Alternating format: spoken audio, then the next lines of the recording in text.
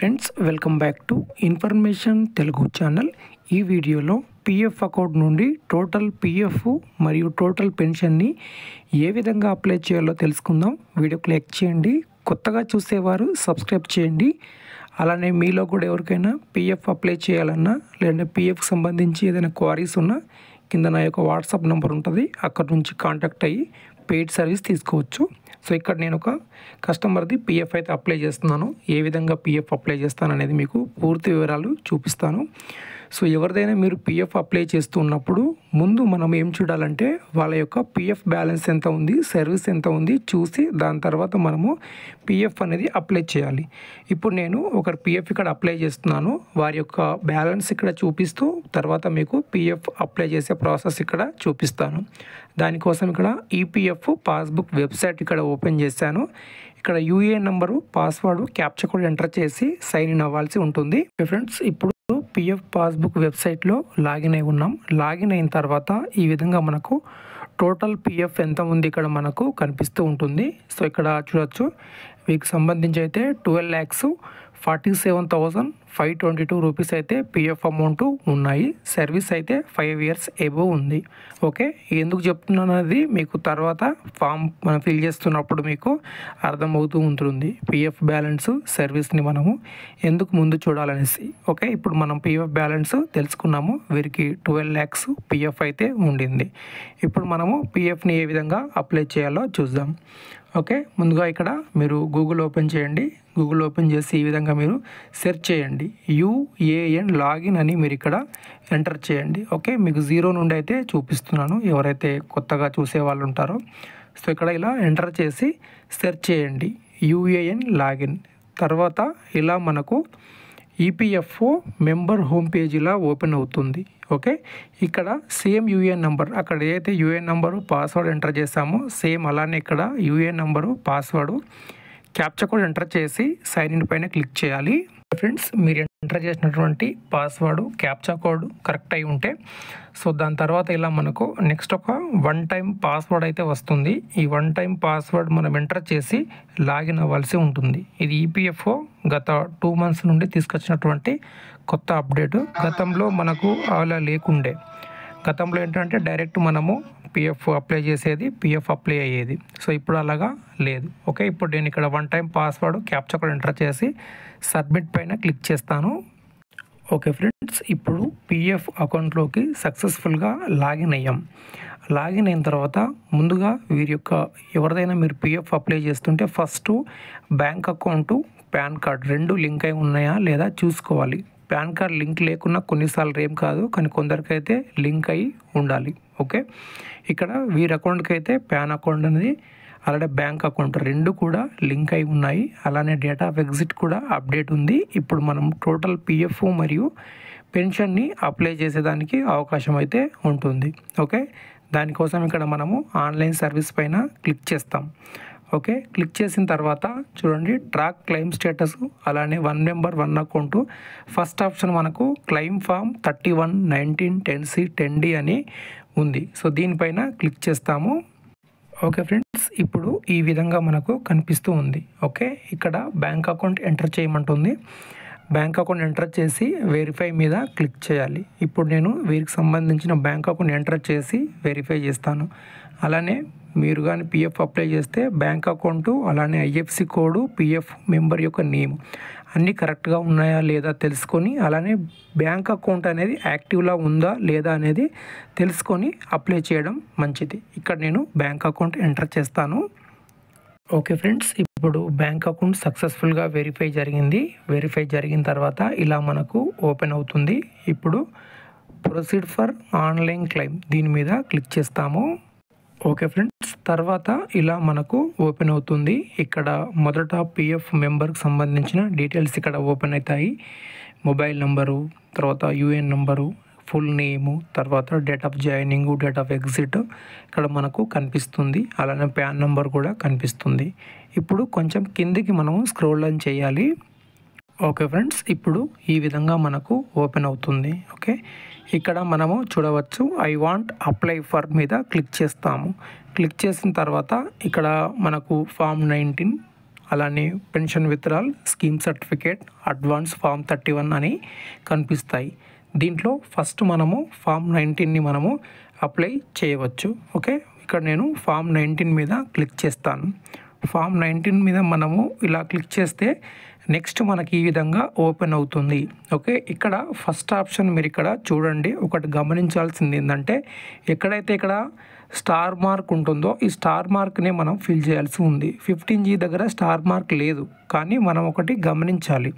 మీ యొక్క PF amount ఎంత ఉంది, మీ సర్వీస్ ఎంత ఉంది అని చూసుకోవాలి. నేను ఇక్కడ ఆల్రెడీ వీరికి సంబంధించిన పిఎఫ్ అమౌంట్ నేను చూపించాను. 12 lakhs పిఎఫ్ అయితే ఉంది. సర్వీస్ అనేది 5 years కంటే ఎక్కువగా ఉంది. 5 years కంటే ఎక్కువగా సర్వీస్ ఉంది అంటే మనకు 15G అనేది మ్యాండేటరీగా ఫిల్ చేసే అవసరం లేదు. ఒకవేళ 5 years కంటే తక్కువగా ఉంది సర్వీసు, అలానే 50,000 కంటే పిఎఫ్ ఎక్కువగా ఉంది అంటే మనం 15G అనేది అప్లోడ్ చేయాలి. ఏదైనా సందేహం ఉంటే కాంటాక్ట్ అవ్వండి, నేను క్లియర్గా ఎక్స్ప్లెయిన్ చేయగలను పర్సనల్గా. ఓకే, దాని తర్వాత మనము కింది కొంచెం స్క్రోల్ డౌన్ చేసినట్లయితే ఇక్కడ నార్మల్గా మీ యొక్క అడ్రస్ అంటే ఎంప్లాయీకి సంబంధించినటువంటి అడ్రస్ని మనము ఆధార్లో ఉండే విధంగా ఇక్కడ ఎంటర్ చేస్తాము. ఓకే, దాని తర్వాత స్టేటు, డిస్ట్రిక్ట్, ఏరియా, పిన్ కోడ్ ఇక్కడ మనము ఎంటర్ చేస్తాం నార్మల్గా. ఓకే, దాని తర్వాత బ్యాంక్ పాస్బుక్ ఇక్కడ మనము అప్లోడ్ చేయాలి. చూస్ ఫైల్ మీద క్లిక్ చేసి బ్యాంక్ పాస్బుక్ని మనము అప్లోడ్ చేయాల్సి ఉంటుంది. అది 100 నుండి 500 KB లోపు ఉండాలన్నమాట. అంతకంటే ఎక్కువ KB ఉంటే అది సపోర్ట్ చేయదు, తీసుకోదన్నమాట. ఓకే, ఇక్కడ నేను ఇప్పుడు అన్ని వివరాలు ఇక్కడ ఎంటర్ చేసి చూపిస్తాను. నెక్స్ట్ పేజ్ మీకు ఫ్రెండ్స్ మరోసారి ఇక్కడ మీకు చూపిస్తాను. అప్లికేషన్ జాగ్రత్తగా చూడండి. సో ఇక్కడ ఎంప్లాయీకి సంబంధించిన అడ్రస్ ఇక్కడ మనం ఎంటర్ చేసాము, డిస్ట్రిక్ట్ కూడా ఎంటర్ చేసాము, దాని తర్వాత ఏరియా, పిన్ కోడ్ ఇక్కడ ఎంటర్ చేసాము. నెక్స్ట్ బ్యాంకు చెక్ బుక్ కానీ బ్యాంక్ పాస్బుక్ కానీ ఈపీఎఫ్కు లింక్ ఉన్నటువంటిది మాత్రమే ఇవ్వాలి. వేరేది కూడా నా పేరు మీద ఉంది అది ఇస్తానంటే కుదరదు. ఓకే, దాని తర్వాత ఇలా మన కిందికి స్క్రోల్ డౌన్ చేసేసి ఇక్కడ మనకు కన్సల్ట్ చెక్ బాక్స్ కనిపిస్తూ ఉంటుంది. దీని మీద క్లిక్ చేయాలి. క్లిక్ చేసిన తర్వాత ఇక్కడ మనకు గెట్ ఆధార్ ఓటీపీ అనే ఆప్షన్ కనిపిస్తుంది. దీని మీద క్లిక్ చేయండి. క్లిక్ చేస్తే ఇలా మనకు వస్తుంది. ఇలా ప్లీజ్ వెయిట్ అని వచ్చేసి ఆధార్కి లింక్ ఉన్నటువంటి మొబైల్ నెంబర్కి ఓటీపీ వెళ్తుంది. ఆ ఓటీపీని ఇక్కడ మనం ఎంటర్ చేసి సబ్మిట్ చేయాల్సి ఉంటుంది. ఓకే ఫ్రెండ్స్, ఇప్పుడు ఓటీపీ వచ్చేసింది. ఓటీపీ ఇక్కడ ఎంటర్ చేసాము. ఎంటర్ చేసిన తర్వాత validate OTP and submit claim form మీద క్లిక్ చేయాలి. ఇప్పుడు చూడండి ఈ విధంగా మనకు లోడింగ్ తీసుకుంటుంది. దాని తర్వాత మన యొక్క క్లెయిమ్ ఆన్లైన్లో సబ్మిట్ అవుతుంది. Online claim requesting is submitting at portal అని వచ్చేసి క్లెయిమ్ అనేది ఆన్లైన్లో సబ్మిట్ అవుతుంది. ఈ విధంగా మనము ఫామ్ 19 అనేది అప్లై చేయవచ్చు. ఓకే ఫ్రెండ్స్, ఇప్పుడు పిఎఫ్ అనేది సక్సెస్ఫుల్గా మనము అప్లై చేసాం. సో దానికి సంబంధించినటువంటి మనకు మెసేజ్ ఇక్కడ కనిపిస్తుంది కింద. OTP has been verified, eKYC updated, PF final withdrawal claim submitted successful అని ఈ విధంగా మనకు వస్తుందన్నమాట. ఇప్పుడు పిఎఫ్ని మనము అప్లై చేసాం. అలానే పిఎఫ్తో పాటు పెన్షన్ని కూడా మనము అప్లై చేయాల్సి ఉంటుంది. ఓకే, పెన్షన్ అప్లై చేయాలి అంటే మీరు కనీసం ఏదైనా ఒక సంస్థలో 6 months డ్యూటీ చేసి ఉండాలి. ఓకే, 6 months డ్యూటీ చేస్తేనే మీరు పెన్షన్ అనేది విత్డ్రా చేసుకునేదానికి అవకాశం ఉంటుంది. అలానే ఆ సర్వీస్ ఒకవేళ 10 years కానీ దాటింది అంటే పెన్షన్ మీరు విత్డ్రా చేసుకోలేరు. మంత్లీ పెన్షన్ అనేది అప్లై చేసుకోవచ్చు మీ ఏజ్ 58 years వచ్చిన తర్వాత. ఇప్పుడు నేను పెన్షన్ అప్లై చేస్తున్నాను. దానికోసం ఆన్లైన్ సర్వీస్ పైన క్లిక్ చేస్తున్నాను. నెక్స్ట్ ఇక్కడ మళ్ళీ same format claim form 31 1910C పైన క్లిక్ చేసి బ్యాంక్ అకౌంట్ వెరిఫై చేసుకోవాలి. ఇప్పుడు బ్యాంక్ పేజ్ ఈ విధంగా మనకు ఓపెన్ అవుతుంది. సో ఫస్ట్ ఏ విధంగా మనం ఫామ్ 19 అప్లై చేసినప్పుడు బ్యాంక్ అకౌంట్ ఎంటర్ చేసామో అదేవిధంగా ఇక్కడ సేమ్ బ్యాంక్ అకౌంట్ ఎంటర్ చేసి వెరిఫై మీద క్లిక్ చేస్తాము. ఇప్పుడు బ్యాంక్ అకౌంట్ వెరిఫై జరిగింది. నెక్స్ట్ మనకు ఇలా ఓపెన్ అవుతుంది, ప్రొసీడ్ ఫర్ ఆన్లైన్ క్లెయిమ్. ఇప్పుడు దీని మీద క్లిక్ చేస్తే మనకు మళ్ళీ క్లెయిమ్ ఆప్షన్స్ వస్తాయి. ఫామ్ 19 10C 31 ఆప్షన్స్ అనేవి వస్తాయి. దీని మీద క్లిక్ చేస్తాము. ఓకే ఫ్రెండ్స్, ఇప్పుడు ఇలా మనకు ఓపెన్ అవుతుంది. ఇప్పుడు మళ్ళీ ఇక్కడ మనము క్లిక్ చేస్తాం. I want apply for click చేసినప్పుడు సెలెక్ట్ క్లెయిమ్ మీద క్లిక్ చేసినట్లయితే ఇది వరకు మనం ఫామ్ 19 అప్లై చేసాం కదా. ఇప్పుడు పెన్షన్ని మనము అప్లై చేయాలి 10C. సో ఇక్కడ మనకి ఇలా అప్లికేషన్ ఓపెన్ అవుతుంది. సో ఇక్కడ ఎంప్లాయీకి సంబంధించిన అడ్రస్ మళ్ళీ సేమ్ యథావిధిగా ఎంటర్ చేస్తాము.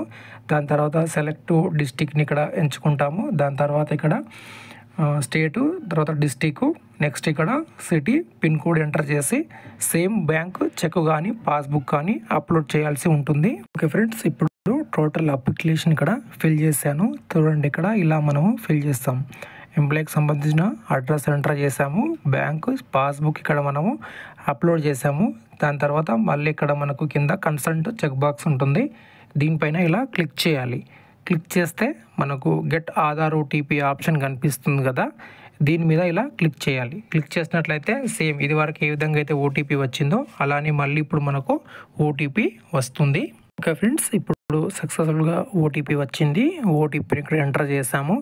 దాని తర్వాత validate OTP and submit claim form అని క్లిక్ చేయాలి. ఓకే, మనం అప్లై చేసిన ప్రాసెస్ అంతా కరెక్ట్గా ఉంటే సేమ్ యథావిధిగా ఇప్పుడు ఫామ్ 19 ఏ విధంగా సబ్మిట్ అయిందో అలానే ఫామ్ 10C కూడా సబ్మిట్ అవ్వడం జరుగుతుంది.